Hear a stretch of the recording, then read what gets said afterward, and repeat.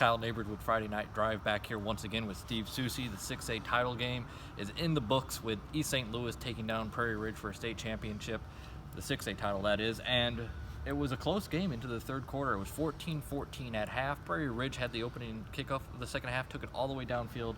East St. Louis got a fourth down stop, then took 3 plays to score, and we talked about it all week, that explosiveness. If you didn't capitalize on those long drives, if you were Prairie Ridge, that East St. Louis could turn that game on you quickly, and that's what happened in the second half. Yeah, it felt very pivotal on that fourth down stop because you knew that eventually East St. Louis was going to get those quick hitters, so you had to score at every given opportunity that East St. Louis presented you, and that's what basically happened. Shortly thereafter, they score on a long touchdown run, and then as the game developed, East St. Louis's defense became kind of the catalyst for getting things done. Yeah, there's so much talk of the East St. Louis offense, and it was terrific once again today, but that defense, it kind of flew under the radar. Because of the schedule, they'd given up some points, but there's a lot of big-time playmakers, and that included Darren Parkins today having the picking up and scooping up the fumble and returning 92 or 95 yards for the touchdown. Yeah, incredible play. Yeah, it really was, and it was just kind of if you watch the defensive line carefully for several plays,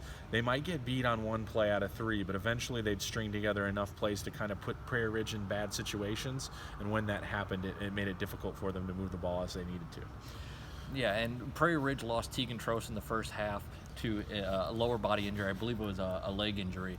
And that was their big vertical passing threat. A guy that had scored numerous touchdowns in the passing game this year, and you could see that kind of took that out of their offense. Yeah, and that was something that was going to be key. I mean, it was an unfortunate injury that kind of sidelined him in that situation because you're not going to have a world of success throwing into that East St. Louis secondary, but if you time it correctly with the offense that Prairie Ridge runs, and that's why they were able to keep that game where it was early in the contest, because they were able to sprinkle in enough passes to make East St. Louis stay out of a situation where they were always in attack mode.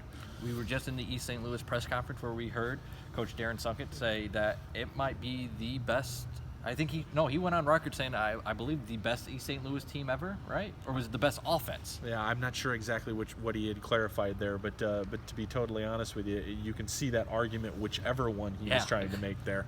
Obviously a loaded roster. I mean, they could have brought in a second row of chairs for the impact players that the Flyers had.